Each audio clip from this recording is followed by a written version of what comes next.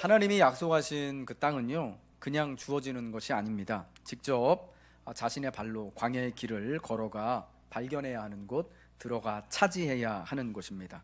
직접 그곳에 들어가 분배받을 땅을 차지하기 위해서 믿음의 수고, 믿음의 싸움을 싸워야만 얻을 수 있는 곳입니다. 오늘 본문 민수기 34장의 말씀은요, 이제 가나안 땅에 들어가서 하나님의 말씀대로 그 이스라엘 백성들이 차지할 기업, 그 땅의 사방 경계, 동서남북 너희들의 기업이 될 땅들이 바로 이렇듯 경계가 이렇다라는 것을 말씀해주고 있는 것입니다. 그러니까 쉽게 말하면은 지금으로 하면 이제 국경, 그러니까 그 국경과 그 영토를 이렇게 하나님께서 표시해 주시는 것입니다. 본문 민수기 34장 2절 말씀을 같이 읽겠습니다. 시작. 너는 이스라엘 자손에게 명령하여 그들에게 이르라. 너희가 가나안 땅에 들어가는 때에 그 땅은 너희의 기업이 되리니 곧 가나안 사방 지경이라. 기업이 될 가나안 땅 사방 지경에 대하여서 동서남북 사방 경계를 주께서 말씀하시는 겁니다. 이 땅들이 다 너희에게 믿음을 따라 주어질 거다. 집사님, 에코 좀 빼주시겠습니까? 에코가 좀 있는 것 같아요. 그런데요, 그 땅을 어떻게 받느냐? 직접 그들의 발로 들어가는 때에 그 땅이 기업이 되고 약속하신 대로 얻을 수 있게 된다라는 거예요. 너희가 가나안 땅에 들어가는 때에 그 땅이 너희의 기업이 되는 것이죠. 그 땅에 들어가지 않으면은 그것은 사실은 그저 약속으로만 끝나게 된다라는 거예요. 직접 자신들의 발로 들어갈 때만 그 땅을 기업으로 약속하신 것처럼 오늘 민수기 34장에 가나안 땅 동서남북의 사방의 경계를 말씀하신 그 모든 땅들이요, 다 자기들의 차지, 기업을 따라 가족을 따라서 이스라엘 백성들이 받게 되는 땅이 되게 되는 것입니다. 이 40년 전에 지금 그 출애굽의 1세대, 광야 1세대, 그러니까 그 지금 이 말씀을 듣는 그들 아버지, 부모 세대는 실패했습니다. 왜 그 약속을 얻지 못했느냐? 가나안 땅에 들어갈 것을, 직접 자기들의 발로 그 땅에 들어가는 것을 거절했기 때문에 사실은 들어가지 못하고 광야에서 유리하다가 소멸하게 되었죠. 이것을 히브리서 기자는 히브리서 3장 19절에 그들이 믿지 아니함으로 능히 들어가지 못한 것이다 라고 우리에게 설명을 해주고 있습니다. 그 땅을 직접 땅에 들어가는 때에 하나님께서 그 땅을 주시겠다, 하나님이 약속하신 그 땅이 직접 그 발로 땅을 들어갈 때, 요단을 건너서 그 땅을 차지하게 될 때 비로소 얻게 된다라는 것입니다. 여러분, 그러므로 주의 약속은요, 우리에게 약속하신 그 약속을 우리가 누리기 위하여서는 믿음의 결단과 순종을, 직접 우리의 그 믿음이 우리의 행함을 통하여서 드러나야 하는 것을, 같이 이행되어져야 하는 것을 분명히 말씀해주고 있습니다. 오늘 하나님께서 말씀하신 이 가나안 땅의 경계, 사방 경계를 보면요, 이 땅이 굉장히 우리가 생각하는 것 이상으로 굉장히 광대하고 넓은 지역임을 알게 되는 것입니다. 그래서 하나님의 약속이요, 실질적으로 우리가 이 땅에서 땅을 차지하고 살아가는 것보다 훨씬 대단하고, 우리가 이 땅에 소망을 두고 사는 것보다 훨씬 영광스럽고 광대하다라는 것, 놀랍다라는 것을 말씀을 해주고 있습니다. 남쪽 경계는 저 애굽에서부터 출애굽하였던 그 애굽 시내에서부터 시작을 해요. 애굽 시내에서부터 저 지중해, 그러니까 대해까지 이르는, 거기까지 이르는 모든 경계가 남쪽 경계가 되는 거예요. 그러니까 애굽 시내에서부터의 땅이 다 하나님이 약속으로 주신 가나안 땅의 경계에 들어가는 거예요. 다 그들의 땅이 될 수 있는 것이고요. 서쪽으로는 그 대해, 그러니까 지중해를 말하는 거예요. 지중해. 팔레스타인 사람들이 와서 차지하고 살고 있는 그 땅도 다 가나안, 이스라엘 백성들에게 주시는 기업 가운데 들어가게 되는 거고요. 북쪽으로는 저 대해에서부터, 지중해에서부터 저 맨 북쪽에 있는 호르산까지, 호르산이라고 하는 곳까지가 다 그 북쪽의 경계에 들어가는데, 여기는 오늘날의 시리아와 레바논 아시죠? 요즘 계속 그 사태가 나고 내전이 있고 전쟁 벌이고 있고 난민 나오는 그 시리아와 레바논의 일부 지역까지를 포함하는 것이고요. 저 동쪽 지역은 루벤과 므낫세와 반지파가, 루벤과 갓지파와 므낫세 반지파가 이미 또 하나님 앞에 기업으로 이렇게 또 받은 그 아모리 왕 시온과 바산 왕 옥이 차지하고 있었던 그 광대한 트랜스 요르단의 영토를 이렇게 다 포함하고 있는 거예요. 굉장히 사실은 큰 영토를 하나님이 가나안 땅의 경계로서 너가 이제 그 땅에 들어가게 될 때에 가나안 땅 동서남북 사방 긴네렛 호수를 포함한 중심에 갈릴리 호수를 말하는 겁니다. 그 모든 것을 포함한 저 중심에 이 호수를 두고 저 북쪽에 호르산과 서쪽에는 지중해까지, 그리고 남쪽에는 저 애굽 시내에서부터 동쪽은 트랜스 요르단의 그 아름다운 목초지까지 다 포함해서 너희가 들어갈 때 너희에게 기업으로 줄 것이다라고 말씀하신 거예요. 여러분, 저는 이 가나안 땅 경계가 무엇을, 하나님이 말씀하신 기업으로 주시겠다라고 약속하신 가나안 땅의 경계가 의미하는 것이 뭔가, 오늘 이것을 여러분과 함께 좀 집중적으로 좀 살펴보기를 원합니다. 먼저 이 가나안 땅의 이 경계의 신학적 의미가요, 첫 번째는요, 하나님의 원래 약속은, 하나님의 약속은 변하지 않는다라는 것입니다. 원래 하나님의 약속은 변하지 않고 그대로 그 다음 세대에게 전해진다라는 것입니다. 그런데 이 약속이 전해지면서 그 약속에 또 하나님께서 그 이 세대가 전해지면 전해질수록 더욱더 분명하고 온전하고 더욱더 근사한 약속이 되어져서 하나님의 자손들에게 믿음을 따라 살아갈 그들에게 허락되어진다라는 겁니다. 처음에요, 하나님이 이들의 조상인 아브라함을 갈대아 우르에서 부르실 때, 야, 너는 내가 내게 지시한 땅으로 가라고 말씀하셨습니다. 그래서 이제 가나안 땅에 와가지고 거기서 이방인으로서 나그네로서 살아가는 이야기가 창세기 12장부터 나오지 않습니까? 그래서 그들의 족장들은, 그러니까 이스라엘 사람들의 그 조상들인, 우리의 믿음의 선배들인 아브라함이나 이삭이나 야곱, 그리고 애굽으로 내려간 요셉은요, 그 땅을 사모하며 살았던 사람들인데, 여러분, 이 족장들에게는, 이들을 족장이라고 부르는데요, 이분들에게는요, 하나님께서 그 가나안 땅에 대한 경계, 영토가 이렇게 될 것이다, 국경이 이렇게 될 것이다 라고 구체적으로 이 땅이 다 너희 것이다 라고 말씀하신 게 없어요. 그냥 내가 이 땅을 너와 내 후손들에게 약속해서 줄게 라고만 말씀하신 거지, 이게 정확한, 요즘 말로 하면 정확한 주소나 동호수나 지번이 없었다라는 거예요. 그런데요, 그 없었던 지번이 언제 생기게 되냐면은 출애굽기에도 나오지 않고요, 민수기 때 이르러서 민수기 13장 14장, 그러니까 지금으로부터 40년 전에 12 정탐꾼들이 가나안 땅을 정탐하고 돌아온, 여러분, 그때에서야 비로소 가나안 땅의 경계가 이렇다라는 것을 처음, 그들에게 하나님께서 약속으로 주실 가나안 땅의 경계가 바로 이렇습니다 라고 동서남북 사방 경계를 정해서 오게 돼서 보고를 합니다. 그때 처음 그 땅에 대한 경계가 나오게 되는 거예요. 그때 처음 동호수가 나오고 지번이 나오고 이렇게 정리가 돼서 나오는 겁니다. 여러분, 근데 그때에 그 염탐하였던 12명의 정탐꾼이 염탐하여서 경계를 이렇게 봤던 그 지역과 오늘 지금 민수기 34장에 하나님이 가나안 땅의 경계를 말씀해 주시는 이 경계가 아주 유사하다라는 거예요. 이것은 무엇을 의미하는 거냐면요, 이제 새로운 세대들에게 원래 옛 광야 세대에게 했던 약속이 그대로 넘겨졌음을 재확신시켜 주는 것입니다. 40년 전에 너희들의 아버지들이 정탐한 그 땅의 그 경계 그대로 40년이 지났지만 내가 그 땅을 그대로 저 밑에 있는 광야까지 다 포함해가지고 또 애굽 와디까지 포함해가지고 지중해 해안까지 포함해서 요단 동편에 있는 땅까지 포함해서 이제 다 너희에게 줄 거야 라고 하나님이 그렇게 말씀하셨던 겁니다.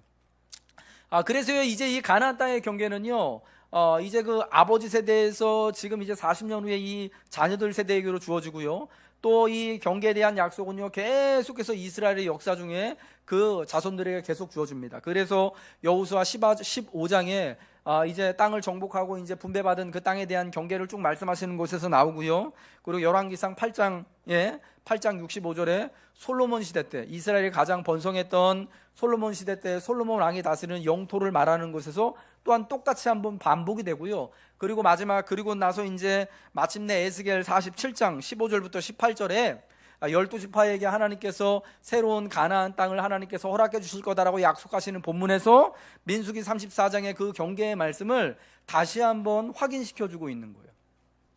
여러분 굉장히 많은 세월이요.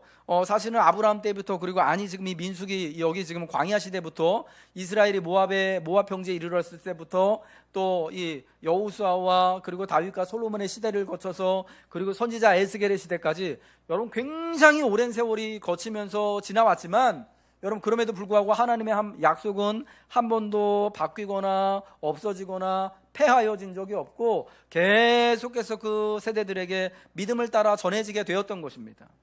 하나님은 신실하시기 때문이죠. 그리고 그 약속이 점점 더 뚜렷하여지고 분명하여지고 이전에 주었던 약속보다 더 근사하고 좋은 약속으로 하나님이 주시게 되는 거예요. 에스겔 47장에서 이스라엘 12지파에게 주실 그 경계의 땅을 말씀하시는데, 여러분 그때 에스겔 선지자가 이 환상 중에 이 말씀을 받았을 때는 여러분 언제인지 너무 잘 아시잖아요. 이스라엘 나라가 유다와 예루살렘이 멸망을 받고 에스겔과 같은 유다 사람들이요 이스라엘 사람들이 다 바벨론으로 포로로 사로잡혀간 후입니다. 나라가 없어진 다음이에요. 예루살렘에 성전도 없고 유다라는 나라, 이스라엘이라는 나라도 완전히 사라진 다음입니다. 다 이 이스라엘 나라 사람들이 뿌리채 다 뽑혀가지고 바벨론이라는 곳으로 다 강제 이주당한 이후예요. 여러분 그때 그발강가에서 참 신음하면서 눈물 흘리고 있던 에스겔에게, 제사장 출신 에스겔에게 그 하나님께서 신방하셔가지고 말씀해 주시는 게 에스겔 말씀이거든요. 그러면서 47장에 야 걱정 마, 내가 다시를 너희 조상 아브라함을 저 약속한 땅에 옮겨준 것처럼 이곳 바벨론에서 이곳 그발강가에서 너희 모두를 내가 다시금 너희 12지파를 다시금 저 내가 약속한 땅으로 다시금 내가 이주시켜주고 거기 옛적 시대처럼 정말 내가 원래 약속했던 것처럼 12지파 그 가족을 따라서 사방 경계를 다 너희에게 기업으로 줄게 하면서 말씀하시는 거예요. 하나님께서 주시는 놀라운 회복과 위로의 말씀이 여러분 에스겔에게 전해지게 된 거죠.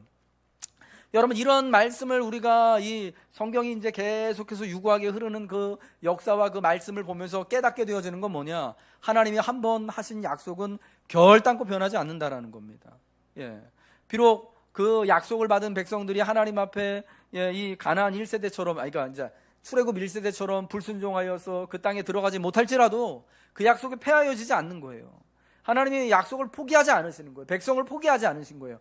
계속해서 약속을 그 다음 세대에게, 그리고 그 다음 세대에게 계속해서 그 약속이 성취될 때까지 하나님이 전달시켜 주시는 것이에요. 그래서 마침내 여러분 에스겔을 통하여서, 그리고 마침내 이 땅에 오신 주 예수 그리스도로 말미암아서, 예수 그리스도로 말미암아서 모든 이 땅에 이스라엘 사람들뿐만 아니라 모든 이 땅에 있는 나라들과 모든 민족들이 다 그리스도 예수를 믿고 다 하나님의 나라가 되어지고 하나님의 것이 되어질 수 있도록 하는 데까지 이르도록 하나님의 약속은 계속해서 우리에게 주어지고 더욱더 온전하고 분명하게 주어진다라는 것입니다. 그럼 사랑하는 여러분, 하나님이 성경을 통하여서 우리에게 말씀하신 그 은혜로운 모든 약속, 하나님 우리에게 주신 그 소망의 모든 약속들이 여러분 오늘도 분명한 줄 믿으시기 바랍니다. 우리는 그 약속을 붙들고 오늘 내게 주신 이 약속이 그리스도 예수 안에서 온전하고 내가 정말 이 땅에서 정말 유일한 소망으로 삼을 만한 정말 그 가장 귀한 것이고 값진 것이다라는 믿음을 가지고 우리가 살아갈 때 하나님이 약속하여 주신 그 모든 약속, 이 원래 그 이스라엘에게 주신 그 땅에 대한 약속, 이 땅에 대한 모든 그 약속이 온전히 주 안에서 이루어지게 되고 그 약속 이상의 것을 우리가 주님 안에서 소망하며 발견하게 된다는 것입니다. 두 번째로요, 이 가나안 땅 경계의 그 신학적 의미 두 번째는 뭐냐? 이것이요, 이 지금 민수기 34장에서 말씀하고 있는 이스라엘이 경계가요, 원래 이스라엘이 이룬 역사적 성취를 훨씬 더 능가하고 있다라는 겁니다. 그러니까 우리가 알고 있기는 이제 여호수아를 포함해서 여호수아와 함께 가나안 땅에 들어가서 그 땅을 정복하고 땅을 기업으로 나눈 그 땅이요, 사실은 이 민수기 34장에서 말씀하고 있는 만큼의 그 정도 사이즈가 아닙니다. 그저 갈릴리 호수를 포함하고 동편과 서편에 저기 애굽 시내부터는 다 잘라먹고 저 위에 쪽에 시리아하고 뭐 레바논 경계 지역도 다 잘라먹고 한 절반 정도밖에 절반도 안 되는 크기의 여러분 그러한 땅이었다라는 겁니다. 이스라엘의 영토는요, 본래 이 다윗과 솔로몬 시대 때 가장 넓었습니다. 다윗이 동서 사방으로 가면서 하나님이 그가 어디로 가든지 이기게 하시잖아요. 사무엘하 8장의 말씀에 보면. 그래서 뭐 블레셋도 물리치고 모압도 복속하고 에돔도 자기 땅으로 만들고 저 애굽 하수에까지 저 북쪽의 나라까지 다 그 명성과 그 힘을 뻗치게 됩니다. 그런데 솔로몬 이후 그 광대했던 영토를요 다 잃어버려요. 그러니까 다윗과 솔로몬 시대에 민수기 34장에서 말씀하신 그 영토의 경계에 가장 근접했지만 그 이후로는 한 번도 이 영광스러운 약속하신 그 경계의 땅들을요 차지해 보지 못하고 오히려 다 빼앗기게 됩니다.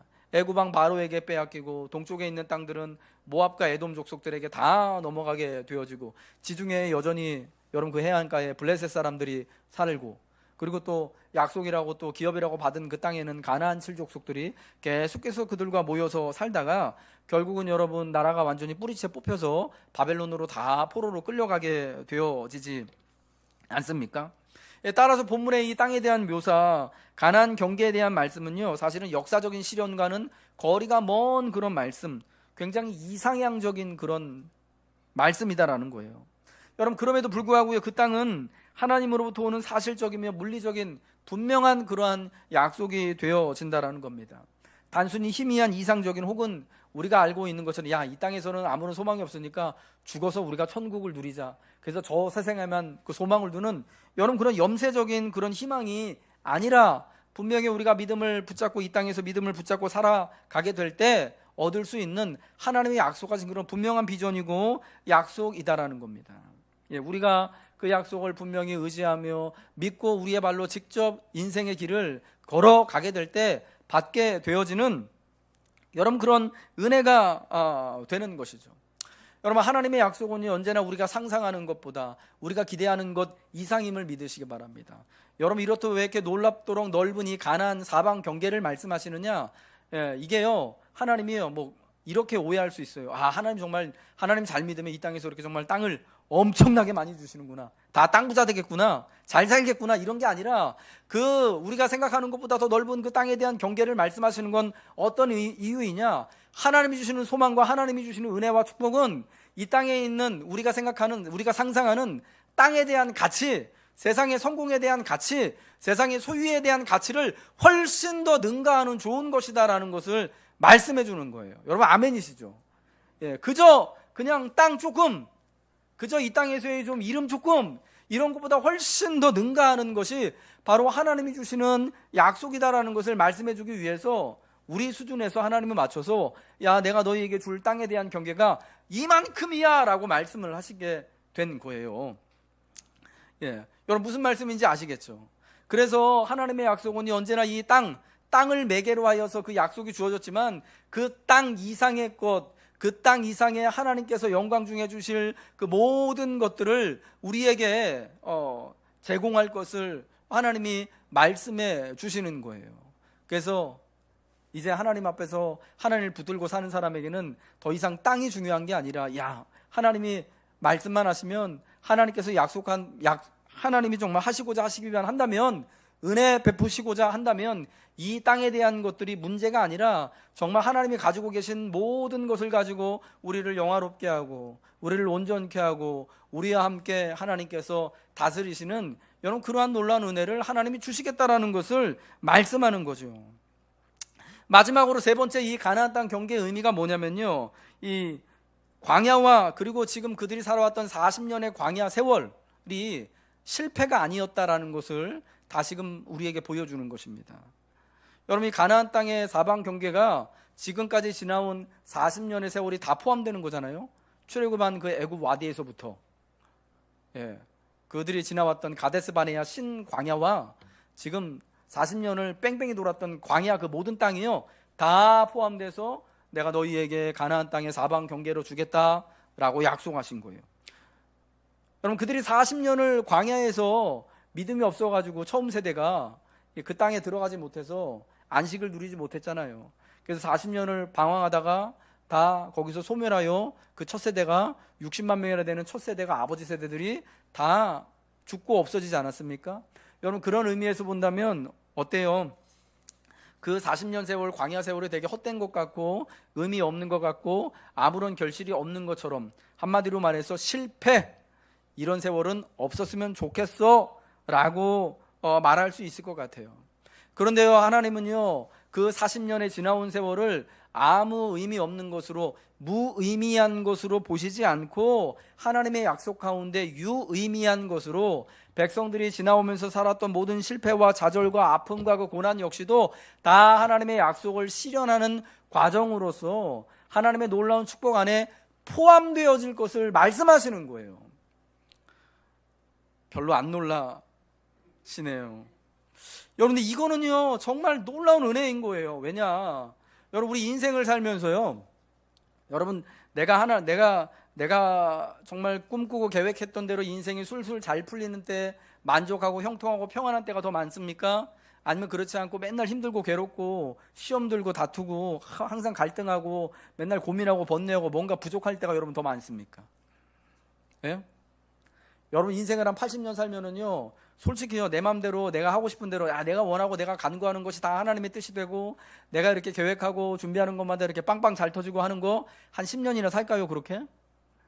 제가 볼 때는 10년도 못 살 거예요, 아마. 예. 진짜 뭐 한 10년 중에 뭐 한두 페이지? 한두 장면?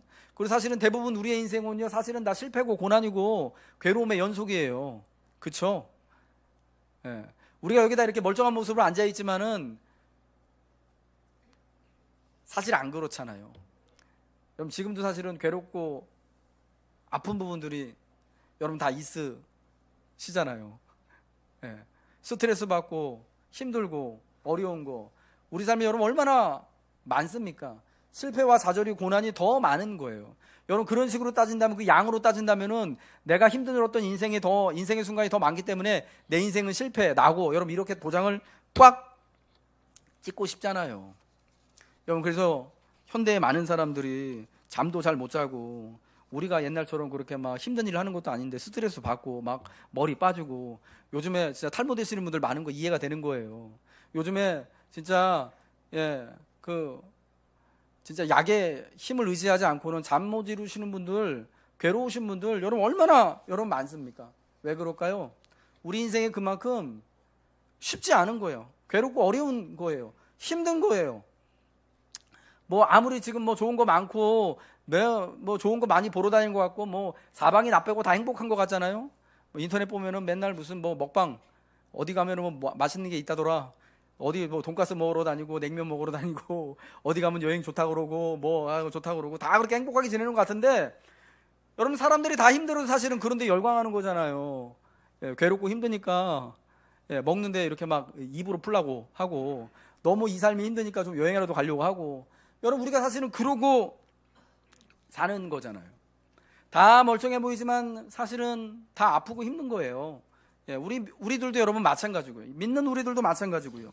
여러분, 그런 인생에 대하여서 여러분 세상이 우리를 실패했다라고 도장 찍을까봐 사실은 안 그런 척하고 살다 보니까 우리가 여러분 더 힘들고 괴롭잖아요. 예. 여러분, 근데 하나님은 그런 우리의 인생을 어떻게 보시냐?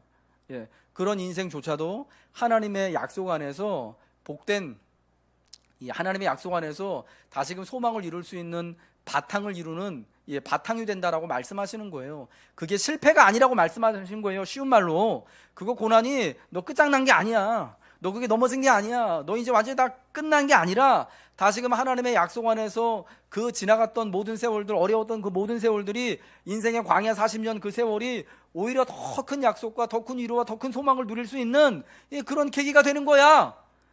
그 실패까지도, 그 어려움까지도 하나님의 약속 안에 다 포함되어져서 마침내 영광스러운 때를 이루게 되는 거야 라고 하나님 말씀하시는 거예요. 그러니까 여러분, 하나님이 얼마나 위대하시고 얼마나 참 감사한 겁니까? 내가 살아온 모든 날들을 하나님이 부정하시는 게 아니에요. 광야 40년 실패한 그들에 대해서 하나님이 얼마나 많이 진노하셨습니까? 정말 다 때려 죽이고 싶은 여러분 그런 마음이 있으셨잖아요. 그러면 그거를 다 그냥 지워버리면 되잖아요, 하나님이. 그런데 안 지워버리시는 거예요. 여러분, 그 실패를 디딤돌 삼아서요, 그거를 밑에다 한 자락 깔아 놓으시고요. 그것을 바탕으로 여러분 그 안에 또 하나님의 놀라운 역사와 위로의 땐을 이루시는 거예요. 그래서 광야를 그렇게 실패하면서 터벅터벅 걸어왔던 그 길과 그 광야의 그 흔적들을 다 하나님께서 너희에게 줄 약속으로 삼으시고, 자, 이것도 다 이제 너희의 유업이다. 다 너희의 것이다. 저기서 실패하고 죽어나갔던 그 땅들과 그 환경도 이제는 정말 가나안 땅에 너희 발로 들어가게 되어지면 다 너희의 것으로 내가 줄게 라고 하나님이 말씀하시는 거예요.